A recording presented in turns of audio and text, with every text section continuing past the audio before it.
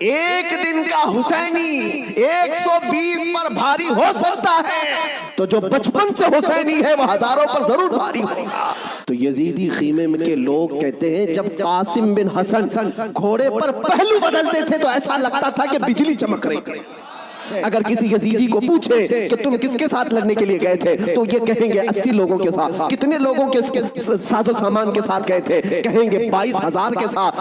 تو دنیا آج بھی ہنسے گی، 80 لوگوں سے لڑنے کے لیے 22,000 گئے تھے۔ کیا کیا لے کر گئے تھے؟ ہاتھی بھی تھے، گھوڑے بھی تھے، نیزے بھی تھے، تلواریں بھی تھی، بھالے بھی تھے، سب تھا۔ پھر اگر تم سے پوچھا جائے ساز و سامان کے ساتھ سہولتیں کیا تھی، یزیدی کہیں گے پورا پانی ہماری طرف تھا، دریائے فرات بھی ہماری طرف تھا، کھانا بھی ہماری طرف، پانی بھی ہماری طرف۔ پھر دنیا پوچھے گی ادھر کے خیمے میں حسین کتنی تیاری کے ساتھ آئے تھے، تو تمہیں منہ جھکا کر کہنا پڑے گا ان کے پاس صحیح قسم کے نیزے اور تلواریں بھی نہیں تھی، اور گھوڑے اور ہاتھی اور اونٹ بھی نہیں تھے۔ ان کے پاس تو 3 دن کی بھوک بھی تھی، پیاس بھی، اور اس کے علاوہ ان نوجوانوں کے پاس بھوک و پیاس کی شدت کے ساتھ ساتھ ساز و سامان جنگ بھی نہیں تھا۔ میں آپ کو بتاتا ہوں، سیدنا امام علی مقام مکہ سے نکل کر کے کوفہ جا رہے تھے۔ بہتوں نے منع کیا آپ کو، لیکن آپ کے سامنے کوفہ کے خطوط موجود تھے، اتمام حجت کے لیے آپ تشریف لے جا رہے تھے۔ بیچ راستے میں کوفہ کا گورنر عبید اللہ ابن زیاد، حر بن یزید، یہ نام یاد رکھیں، حر بن یزید الریاحی کو 1000 کا لشکر دے کر بھیجا کہ حسین کا راستہ روک لو اور انہیں کوفہ کی طرف آنے نہ دو۔ دائیں بائیں ادھر ادھر چلاتے رہے۔ حر بن یزید کوفہ پہنچنے سے کافی پہلے ہی مولا حسین کا راستہ روک لی۔ توجہ چاہتا ہوں، حر بن یزید کس کی طرف سے آیا؟ وہ سپہ سالار تھا، یزیدی فوج کی طرف سے آیا، 1000 کا لشکر لے کر آیا۔ لیکن جب وہ آیا مولا حسین کے پاس، راستہ روک لیا اور کہا ہم آپ کو کوفہ جانے نہیں دیں گے، آپ بغاوت کر رہے ہیں وقت کے خلیفہ امیر المومنین یزید سے۔ ان کے ذوم باطل میں یہی تھا، اور اس کے بعد وہ راستہ روکے اتنی دور تک چلتا رہا، کبھی دائیں کبھی بائیں۔ امام حسین ایک جگہ پر جب پڑاؤ کرتے ہیں، ظہر کا وقت ہے، اذان ہوئی، نماز کے لیے جماعت قائم ہو رہی ہے، امام حسین نے اس حر بن یزید سے پوچھا جو 1000 لشکر کا سپہ سالار تھا، کہا ہم نماز پڑھنے جا رہے ہیں، ہم اپنی نماز پڑھ لیں، کیا تمہاری جماعت الگ ہوگی، ہماری جماعت الگ ہوگی؟ حر بن یزید نے کہا نہیں، امام آپ ہی ہوں گے، ہم مقتدی ہوں گے، اقتداء ہم کریں گے۔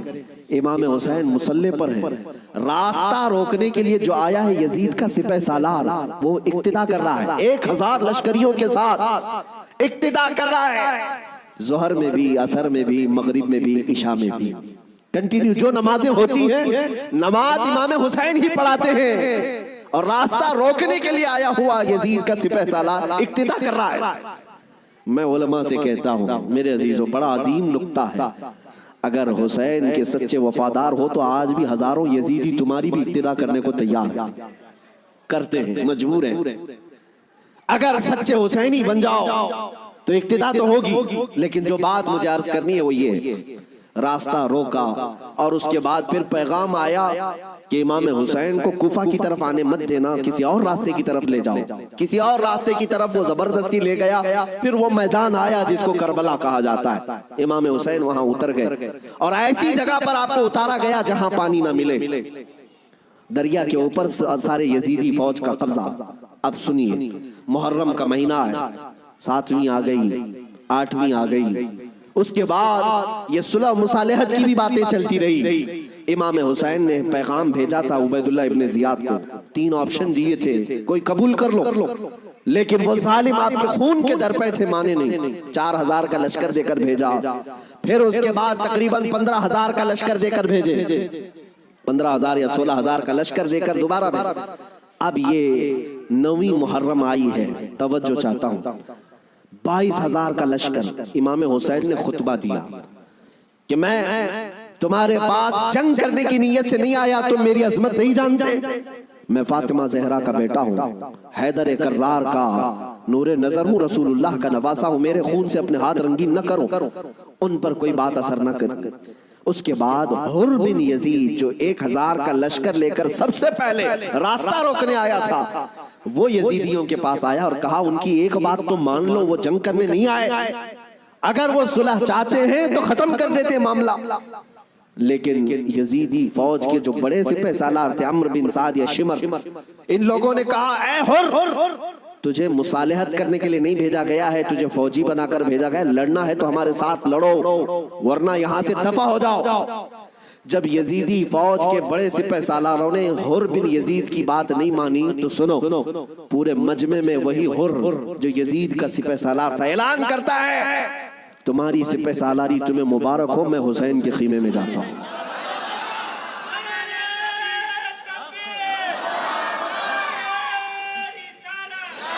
توجہ،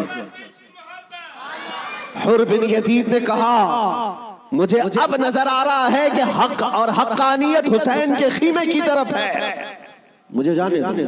ان لوگوں نے کہا تم جا سکتے ہو۔ حر بن یزید کو پتا تھا حسین کے ساتھ جانے کا کیا انجام ہو سکتا ہے، 22,000 کا لشکر جرار ہے اور ادھر صرف 80-82 لوگ ہیں۔ ایسے وقت میں ایک چھوٹی جماعت کا ساتھ کون دے سکتا ہے جہاں بھاری بھرکم لشکر سامنے موجود ہو؟ میرے عزیزو، ایک چھوٹی جماعت کا ساتھ صرف وہی دے سکتا ہے جس کے سینے کو مولا ہدایت کے لیے کھول دیتا ہے۔ میں نے دیکھا ہے مصیبتوں کے وقت کون ہمارے ساتھ کھڑا ہوتا ہے۔ لوگوں کی نظروں میں بہت بڑی بڑی حکومتیں ہوتی ہیں، ارے بہت سارے لوگ تو ڈر جاتے ہیں ان کے ساتھ کھڑے ہو جائیں، فوٹو میں آ جائیں گے تو کل کیس ہمارے اوپر بھی ہو جائے گا۔ میرے عزیزوں، میں اپنی بات نہیں کرتا، لیکن ایک بات ضرور ہے، حق جماعت اگر اقلیت میں بھی کیوں نہ ہو، اللہ کی مدد آج یا کل اسی کے ساتھ ہوگی۔ اگرچہ آج وہ مظلوم نظر آئے لیکن اللہ تعالیٰ غالب فرمائے گا۔ حسین اعظم کے پاس حر بن یزید آ گئے۔ جس بات کی طرف میں تمہیں لے جا رہا ہوں اس کے لیے اتنا لمبا واقعہ بیان کرنا پڑا، جو اصل لب لباب ہے، جو خلاصہ ہے اس واقعے کا، وہ ابھی عنقریب بیان کرتا ہوں۔ نوجوانوں توجہ سے سنو، توجہ۔ حسین ابن علی رضی اللہ تعالیٰ عنہ کے پاس آ گیا حر بن یزید، قدموں میں گرا، کہا مولا مجھے معاف فرما لے، میں نے راستہ روکا آپ کا، میں آپ کو مجبور کیا اس میدان میں آنے کے لیے، لیکن میں آپ کے ساتھ اب اس وقت تک رہوں گا جب تک میری آخری سانس نہ آ جائے، میں آپ کی حمایت میں لڑوں گا۔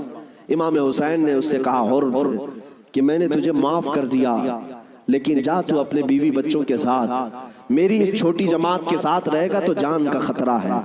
حر بن یزید نے کہا میں نے جو راستے میں آپ کے ساتھ کیا اس کا کفارہ جان دینے سے بھی میں سمجھتا ہوں ادا نہ ہو پائے، اس لیے میں آخری سانس تک آپ کے ساتھ رہوں گا۔ رہا ساتھ میں، 10ویں محرم آ گئی۔ اب جو بیان کرنا ہے توجہ سے، جانتے ہیں صبح نکارہ بجا، طبل بجے، ادھر جنگ کی ابتدا ہوئی۔ یزیدیوں کی طرف سے عمرو بن سعد نے پہلا تیر چلایا اور اعلان کیا کہ ہم حسین ابن علی کے ساتھ جنگ شروع کر چکے ہیں۔ جنگ جب شروع ہو گئی، امام حسین رضی اللہ تعالیٰ عنہ کے اہل بیت کو کسی نے اترنے نہیں دیا، جو آپ کے ساتھی تھے، جو آپ کے ساتھ آئے ہوئے تھے، جو اہل بیت سے نہیں تھے۔ 5 صحابی رسول بھی ہیں مولا حسین کے ساتھ، صحابی رسول بھی تھے، وہ جب تک ساتھی رہے خاندان حسین سے ایک کو بھی میدان میں آنے نہیں دیا۔ اور جانتے ہیں اس میدان کربلا میں پہلے اترنے والا کون تھا؟ وہی حر بن یزید، اور کس کی جانب سے؟ امام حسین کی طرف سے۔ ایک بات مولا قدیر و جبار کی تمہیں سمجھنا پڑے گا، اگر وہ ہدایت دینے پر آئے تو کفر کی طاغوتی طاقتوں میں سے بھی کسی کو ہدایت دے کر کے اس کو پاسبان اسلام بنا سکتا ہے، اور کبھی گمراہ کرنے پر آئے تو کعبہ کے قریب رہ کر کے بھی کوئی گمراہ ہو سکتا ہے۔ ہاں یہ بات سمجھ کر کے چلو، جب مولا تعالیٰ ہدایت دیتا ہے، ہم نے یہاں پر بھی دیکھا ہے کہ بابری مسجد کو شہید کرنے والے آتنکی بہت سارے تھے، لیکن ہم نے برسوں بعد ایک شخص کا نام سنا تھا کہ وہ دائرہ اسلام میں آیا اور نمازی بھی بنا، پابند بھی بنا، داڑھی بھی رکھا، بلکہ تبلیغ اسلام بھی کرتا رہا، تبلیغ اسلام بھی کرتا رہا۔ اور وہ یہ کہتا رہا ایک زمانہ وہ تھا جب میں ہتھوڑا لے کر کے گنبد کو توڑ رہا تھا، لیکن آج ایک زمانہ یہ ہے کہ میری پیشانی ہر جگہ سجدہ الہی کے لیے جھک جایا کرتی۔ مولا جس کو جہاں سے چاہے ہدایت عطا فرمائے۔ حر بن یزید امام حسین کی طرف سے پہلے میدان میں اترنے والے۔ اب میں آتا ہوں اسی بات پر جس کے لیے میں اتنا لمبا واقعہ آپ کو سنایا۔ مقابلہ دو بدو تھا، ایک کے بعد دیگرے مقابلہ تھا۔ حر بن یزید جب گھوڑے پر سوار ہو کر مقابلے کے لیے آیا تو یزیدیوں کی طرف سے پہلوان آتے رہے، سپاہی آتے رہے، مقابلہ کرتے رہے۔ یہ تنہا حر بن یزید کا مقابلہ صبح سے لے کر کے دوپہر تک چلتا رہا۔ باقی بہت سارے مقابلے ہوئے، تھوڑی تھوڑی دیر کے بعد سب جام شہادت نوش کرتے رہے، یہ زوال کے بعد، لیکن حر بن یزید کا مقابلہ صبح سے چلتا رہا۔ اور میں نے جب تاریخ میں یہ بات پڑھی تو مجھے حیرت ہوئی کہ تنہا حر بن یزید اکیلے گھوڑے پر آیا اور یزیدیوں سے ایک کے بعد دیگرے لڑتا رہا۔ گھنٹوں کے مقابلے کے بعد جن لوگوں کو حر بن یزید نے مارا تھا ان کی لاشیں گنی گئی تو 120 لاشیں پڑی ہوئی تھی۔ یہی بات مجھے کرنا ہے، یہی بات مجھے کرنا ہے۔ تنہا ایک حسینی 120 کو مار گرا سکتا ہے کربلا کے میدان میں۔ تم صرف یہ سنتے ہو کہ حسین اعظم کے بچے شہید ہو گئے ہیں، لیکن حسینیوں نے جن کو کاٹا ہے وہ کیوں نہیں سنتے؟ وہ کم نہیں تھے، بہتوں کو فنا فی النار کیا۔ اب جو بات کہنی ہے وہ یہ ہے، حر بن یزید خاندان حسین سے نہیں ہے، اہل بیت سے نہیں ہے، انصار میں سے بھی نہیں ہے جو ساتھی وہاں سے آئے تھے، بلکہ ایک دن پہلے توبہ کر کے حسینی بنا تو دوسرے دن کی طاقت کا حال یہ ہے۔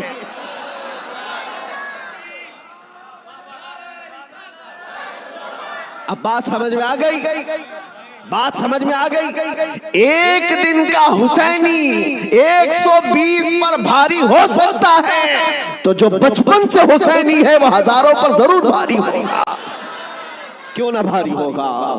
اعلیٰ حضرت فاضل بریلوی رضی اللہ تعالیٰ عنہ نسبت قادریت پر فخر کرتے ہوئے کہتے ہیں، کیا دبے جس پہ حمایت کا ہو پنجہ تیرا، شیر کو خطرے میں لاتا نہیں کتا تیرا۔ عزیزان گرامی، نسبت قادریت پر جب اتنا فخر ہے تو نسبت حسینی پر کتنا فخر ہو۔ مولا حسین کی نسبت نے اچھے اچھوں کو جوان کر دیا، اور ان کے سگے بھتیجے امام قاسم نے، جانتے ہو عمر کیا تھی امام قاسم کی؟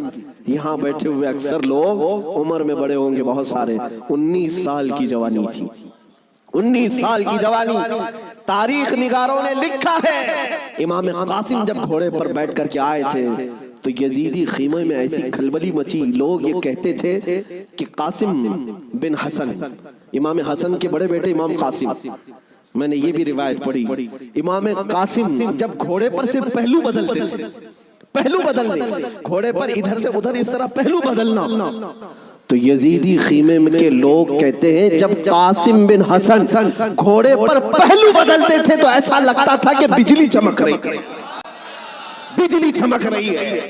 یہ خوف سینوں میں ہزاروں کے ہونے کے باوجود کس نے طاری کیا؟ میرے عزیزو، وہ رب ذوالجلال ہے، غالب حکمت والا، جس نے قرآن میں فرمایا وَلَا تَهِنُوا وَلَا تَحْزَنُوا وَأَنْتُمُ الْأَعْلَوْا إِن كُنتُم مُؤْمِنِينَ، تم گھبراؤ مت، پریشان مت ہو، مولا فرماتا ہے تم ہی غالب رہو گے اگر تم سچے ایمان والے ہو، اگر تم میرے مصطفیٰ کریم صلی اللہ علیہ وسلم کے سچے غلام ہو۔ لوگ تو صرف کربلا کے میدان میں یہ دیکھتے ہیں کہ امام حسین کی شہادت ہو گئی، علی اصغر کی شہادت ہو گئی، علی اکبر کی شہادت ہو گئی، عباس علمبردار کی شہادت ہو گئی، یہ شہادتیں اپنی جگہ پر، لیکن اگر کمپیریزن میں میں اگر بتاؤں کس نے کتنوں کو مارا تھا، کس نے کتنوں کو زخمی کیا تھا، تو پھر تمہیں پتہ چلے گا کہ وہ کٹ کر کے بھی فتح یاب تھے، وہ شہید ہو کر کے بھی فتح یاب تھے، اس لیے کہ یزیدیوں کے پاس بولنے کے لیے منہ نہیں ہے۔ اگر کسی یزیدی کو پوچھے کہ تم کس کے ساتھ لڑنے کے لیے گئے تھے تو یہ کہیں گے 80 لوگوں کے ساتھ، کتنے لوگوں کے ساز و سامان کے ساتھ گئے تھے، کہیں گے 22,000 کے ساتھ، تو دنیا آج بھی ہنسے گی، 80 لوگوں سے لڑنے کے لیے 22,000 گئے تھے، کیا کیا لے کر گئے تھے؟ ہاتھی بھی تھے، گھوڑے بھی تھے، نیزے بھی تھے، تلواریں بھی تھی، بھالے بھی تھے، سب تھا۔ پھر اگر تم سے پوچھا جائے ساز و سامان کے ساتھ سہولتیں کیا تھی، یزیدی کہیں گے پورا پانی ہماری طرف تھا، دریائے فرات بھی ہماری طرف تھا، کھانا بھی ہماری طرف، پانی بھی ہماری طرف۔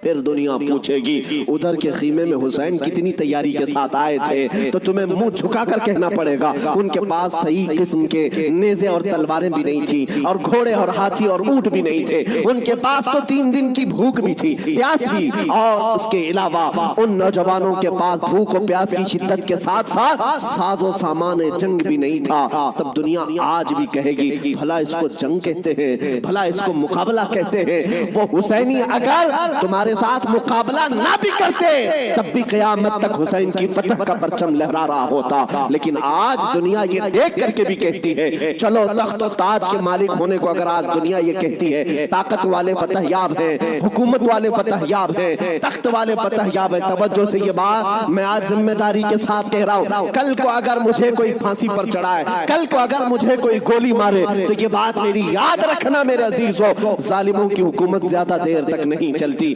یزید کا تخت بھی تھا, تاج بھی تھا, حکومت بھی تھی, فوجی بھی تھے, سپاہی بھی تھے, لیکن آج جاؤ اس یزید کے تخت کو ڈھونڈنے کے لیے, محل کو ڈھونڈنے کے لیے.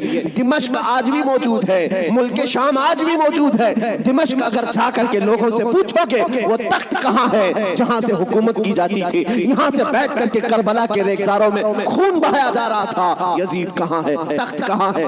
وہاں دمشق کے رہنے والے شاید تمہارا ہاتھ پکڑ کر کے لے جائیں گے ایسی جگہ پر جہاں پورے دمشق کا کچرا پھینکا جاتا ہے, جہاں پورے دمشق کی گندگی ڈالی جاتی ہے, اور لوگ کہیں گے یہیں پر یزید کو دفن کیا گیا تھا. تم ناک پکڑ کر کے بھاگ آؤ گے, وہاں پر کھڑے نہ ہو سکو گے جہاں یزید کو دفن کیا گیا تھا. تاج بھی نہیں, تخت بھی نہیں, فوج بھی نہیں, اور ذریت اولاد بھی نہیں. اور پھر آؤ کربلا کے میدان میں, پھر آؤ عراق کی سرزمین پر, یہاں کسی سے جا کر پوچھنا, سنا ہے 1400 سال پہلے یہاں ایک جنگ ہوئی تھی, کربلا کا میدان تھا, رسول کے نواسے خاندان اہل بیت کے ٹکڑے کر دیے گئے تھے, انہیں جام شہادت نوش کرنا پڑا تھا. وہ میدان کہاں ہے میرے عزیزو؟ کربلا کا کوئی بھی آدمی تمہارا ہاتھ پکڑ کر لے جائے گا اور کہے گا اے عزیز یہاں وہ میدان نہیں ہے, یہاں کوئی ویرانگی اور صحرا نہیں ہے, اور تمہیں لے جاتے ہیں اور لے جا کر کے ایسی جگہ کھڑا کرے گا جہاں سے تمہاری نظر اٹھے گی تو سونے سے قلعی کیا ہوا لہراتا ہوا پرچم حسین تمہیں آج بھی اس بات کا اعلان کرے گا, شاہ اسد حسین, بادشاہ اسد حسین.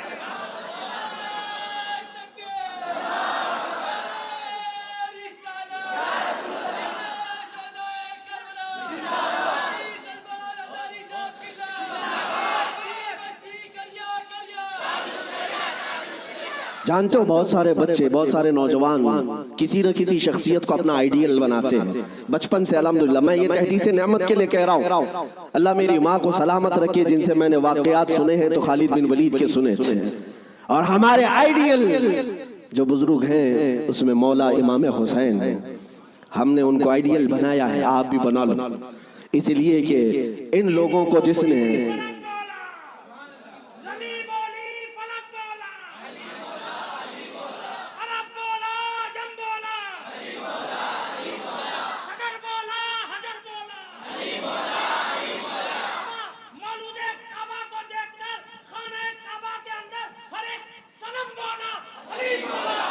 علی مولا. عزیزان گرامی وقار, آپ کو یہ بات یاد رکھنی ہوگی کہ جس کو آئیڈیل بنایا اور نمونہ بنایا ہے اس کے اندر اسی طرح کی عادتیں بھی آتی ہیں. اسی لیے میرے آقا صلی اللہ علیہ وسلم نے ارشاد فرمایا اپنی صحبتیں ڈھونڈ کر کے بناؤ, دوست بھی بناؤ یا کسی کے پیچھے چلو تو پہلے دیکھ لو. یہ آج میں بچوں سے کہتا ہوں, تم گلیمر کی دنیا میں جن لوگوں کے پیچھے بھاگتے ہو سمجھتے ہو کہ یہ ایکٹر سٹار ہے, اس کے پیچھے بھاگنا ایک فیشن ہے, بھاگتے رہو گے ایسے گڑھے میں گر جاؤ گے جہاں سے نکلنا ہی مشکل ہے. ہم نے دیکھا ہے ان دنیاوی مکاروں اور عیاروں کے پیچھے بھاگنے والے نوجوان کبھی سکھ سے نہ رہ سکے, اور ان کی حیثیت کیا ہے, فلموں میں آ کر کے تھرک کر کے ناچ کر کے مجرے دکھا کر کے اگر لوگ یہ سمجھتے ہیں کہ یہ بہت بڑے سٹار ہیں, میرے عزیزو ذرا حسن بکھرنے تو دو, بڑھاپا آنے تو دو, اور جب پھر جھریاں پڑ جائیں کمر ٹیڑھی ہو جائیں تو پھر ہم دیکھتے ہیں کتنے فین ہیں تمہارے. لیکن مجھے یقین ہے مولا حسین کا غلام 80 سال کا بھی ہو جائے تو اس کے فین کی کمی نہیں ہوتی, اس کے فینز کم نہیں ہوتے. اور ہم نے اپنی زندگی میں حضور تاج الشریعہ کو دیکھا. میرے عزیزوں دیکھا ہے آپ حضرات نے, حضرت کی عمر تقریباً 70 کے اوپر تھی, 74 سال کی عمر میں, اور بال پورے سفید ہیں, 2 لوگ پکڑ کر کے چلاتے ہیں. لیکن ہم نے دیکھا ہے جس طرف سے گزر جائے لاکھوں صرف ایک جھلک دیکھنے کے لیے بے قرار. ان نوجوانوں سے پوچھو دنیا تو فلم سٹاروں کے پیچھے بھاگتی ہے اور تم 70 سال کے اوپر اس بزرگ کو دیکھنے کے لیے بےتاب و بے قرار ہو. اور حد تو یہ ہے میرے عزیزوں، نہ ان کے آنے کا کوئی پرچار، نہ سوشل میڈیا کا زمانہ، نہ فیس بک، واٹس ایپ اور انسٹاگرام میں ہے ان کے آنے کی جانے کی خبریں، نہ ان کے جلسوں کی خبریں. لیکن پھر بھی آپ نے دیکھا کہ پورا زمانہ ٹوٹ پڑتا تھا. وہ جب جہاں گئے، یہی کی بات نہیں ہے، میں حضرت کے ساتھ مصر میں بھی دیکھا، اور حج میں نے الحمدللہ پہلا حج حضرت کے ساتھ کیا. طواف کے بعد وہ سادے لباس میں اتر کر کے نیچے اپنی کار میں بیٹھنے کے لیے آ رہے ہیں، ویل چیئر پر ہیں. لیکن ایسے لوگوں کو میں بھاگتے ہوئے دیکھا جو ہندوستانی بھی نہیں، پاکستانی بھی نہیں، بنگلہ دیشی بھی نہیں. ترکی کی عورتیں اور ترکی کے مرد آپ سے مصافحہ کرنے کے لیے، دیکھنے کے لیے بھاگتے ہوئے پیچھے تک آئے. میرے عزیزوں، ترکی میں جمال کم نہیں ہے، ترکی میں خوبصورتی کم نہیں. ہر آدمی گورا ہے، ہر آدمی خوبصورت ہے. اگر کوئی یہ سمجھتا ہو کہ حضور تاج الشریعہ کو لوگ اس لیے دیکھنے کے لیے آتے تھے کہ نہایت ہی رنگ کے آپ حسین و جمیل تھے، میرے عزیزوں ترکیوں کے پاس حسن ہے، شامیوں کے پاس حسن ہے، مصریوں کے پاس حسن ہے، لیکن ان کو بھی ہم بے تاب و بے قرار دیکھا ہے. ہم نے دیکھا ہے اسی وقت ہم نے، میرے پڑھنے کا زمانہ تھا، ان ترکیوں سے میں نے پوچھا تھا، وہ صحیح طریقے سے عربی بھی نہیں جانتے اور صحیح طریقے سے انگلش بھی نہیں جانتے، لیکن ٹوٹی پوٹی جو بھی ان کو عربی آتی. ہم نے پوچھا ان کو جانتے ہو، ان کو جانتے ہو، ان کو ملنے کے لیے تم دوڑے آئے؟ کہا جانتے تو نہیں. فوٹو میں کبھی دیکھا؟ فوٹو تو ہوتا ہی نہیں. کہیں کوئی ویڈیو دیکھا؟ نہیں. پھر کیوں؟ کہتے ہم نے طواف میں بیٹھے بیٹھے دیکھا، ان کی طرف ہمارا دل کھینچا جا رہا تھا. میرے عزیزوں، جو حسین اعظم کا غلام ہو، غوث پاک کا سچا غلام ہو، مولا کریم اس کے چہرے میں یہ کشش رکھتا ہے، چاہے وہ 80 سال کا ہو یا 90 سال کا ہو، وہ دنیا کو اپنی طرف کھینچ لیتا ہے، وہ کھینچ لیتا ہے.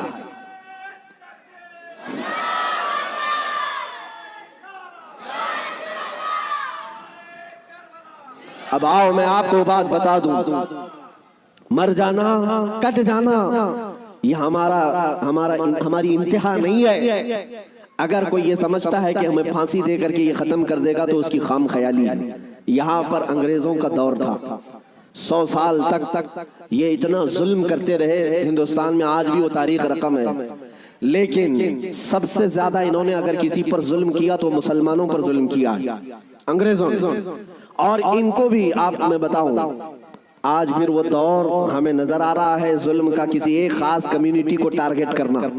انگریز ڈرتے تھے کس سے جانتے ہیں؟ جن لوگوں سے وہ ڈرتے تھے وہ کالا پانی کی سزا دیتے تھے. انڈمان نکوبار، جزیرہ انڈمان کو بھیجتے تھے، لیکن جزیرہ انڈمان نکوبار میں جو جیل ہے جہاں بھیجتے تھے، وہاں سب سے زیادہ اگر کسی کو انہوں نے بھیجا ہے تو وہ علماء اہل سنت کو بھیجا ہے. یعنی آج سے 100 سال پہلے بھی انگریزوں کے خیمے میں کھلبلی تھی تو علماء سے ہی تھی، حق بولنے والے علماء ربانیین. اور پھانسی پر چڑھایا ہے 30,000 علماء کو اہل سنت و جماعت کے. ایک بات میں آپ کو بتانا چاہتا ہوں، علامہ کفایت علی کافی رحمت اللہ علیہ، مراد آباد شہر کے رہنے والے ایک عاشق رسول، ان سے انگریز اتنا ڈرتے تھے کیونکہ جانتے تھے کہ ان کی زبان سے نکلے ہوئے کلمات سے اچھے اچھوں کے دل بدل جاتے ہیں. ان کو پتا ہے عالم ربانی، عالم حقانی کی زبان کو وہ توپ سے زیادہ اہمیت دیتے ہیں. کوئی توپ اور بندوق سے مارے اس سے زیادہ اہمیت ان کو ایک عالم ربانی کی زبان سے نکلے ہوئے حق جملے. اسی لیے کفایت علی کافی کو گرفتار کرنے کے لیے جانتے کتنے لوگ آئے تھے؟ انگریز فوج کے 3,000 لوگ آئے تھے ایک عالم کو گرفتار کرنے کے لیے. ہمیشہ دنیا کے ظلم نے یہ بتایا ہے کہ یہ بزدل ہوتے ہیں، ہمیشہ بتایا ہے انہوں نے کہ باطل خیموں میں اکثر مادہ ہوتے ہیں، ان میں شیر نر نہیں ہوتا. ایک اہل سنت و جماعت کے عالم ربانی کو گرفتار کرنے کے لیے 3,000 کی فوج آئی اور گرفتار کیا. اور انہیں گرفتار کر کے سزائیں کیا دی تھی جانتے ہیں؟ ان کے جسم پر گرم استری پھیری جاتی تھی، اور جب ان کی چمڑی جل جاتی تھی تو نمک چھڑکا جاتا تھا. یہ کفایت علی کافی رحمت اللہ علیہ، تقریباً 1 ہفتے تک انہیں سزائیں دی گئی، اور پھر کہا جانے لگا کہ تم فتویٰ بدل لو. تم اپنی باتیں بدل لو، ہم اپنی حکومت میں تمہیں اہم عہدہ بھی دے دیں گے اور ماہانہ وظیفہ بھی جاری کر دیں گے۔ مگر وہ کفایت علی کافی عاشق رسول تھے، بازار مصطفیٰ میں بکا ہوا غلام پھر کسی انگریز کے ہاتھ میں کیسے بک سکتا ہے؟ میرے عزیزوں، وہ کفایت علی کافی اعلیٰ حضرت سے پہلے کے ہیں، اعلیٰ حضرت سے پہلے کے 1857 کی بات کر رہا ہوں، غدر جس کو کہتے ہیں انگریز۔ اس وقت کفایت علی کافی سے کہا ان لوگوں نے، آپ نے کہا میں اپنے جملوں کو اور اپنی زبان کو بدل لوں، وہ بھی میرا دین اتنا ہلکا اور سستا نہیں ہے۔ میرے جسم کو ابھی تم نے صرف استری سے پھیرا ہے، اگر ٹکڑے بھی کر دو تو میں اپنے اسی عزم پر باقی رہوں گا، اس لیے کہ کربلا کی داستان ہم نے بھی پڑھی ہے۔ میرے عزیزوں، کفایت علی کافی رحمت اللہ تعالیٰ علیہ کو 7 دن کے بعد تقریباً ایک چوراہے پر پھانسی کے لیے لایا گیا اور سارا مجمع بھی تھا، پھانسی پر آپ کو چڑھایا گیا، اور اس عاشق رسول سے انہوں نے کہا تھا کہ اگر کوئی آخری خواہش ہے تو بتاؤ۔ ایک سچا عاشق رسول یہ نہیں کہتا کہ بیوی کو دیکھ لوں، بچوں سے بات کر لوں، جائیداد پراپرٹی کی وصیت کر لوں، بلکہ وہ کہتا ہے عاشق رسول پھانسی کا پھندا لگنے سے پہلے خواہش یہ ہے کہ ایک بار نعت رسول پڑھ لوں۔ اور پھر کہا گنگناتے ہوئے، کوئی گل باقی رہے گا نہ چمن رہ جائے گا، پر رسول اللہ کا دین حسن رہ جائے گا۔ اطلس و کم خواب کی پوشاک پہ نازاں نہ ہو، اس تنے بے جان پر صرف خاکی کفن رہ جائے گا۔ سب فنا ہو جائیں گے کافی وہ، لیکن حشر تک نام حضرت کا زبانوں پر چلن رہ جائے گا۔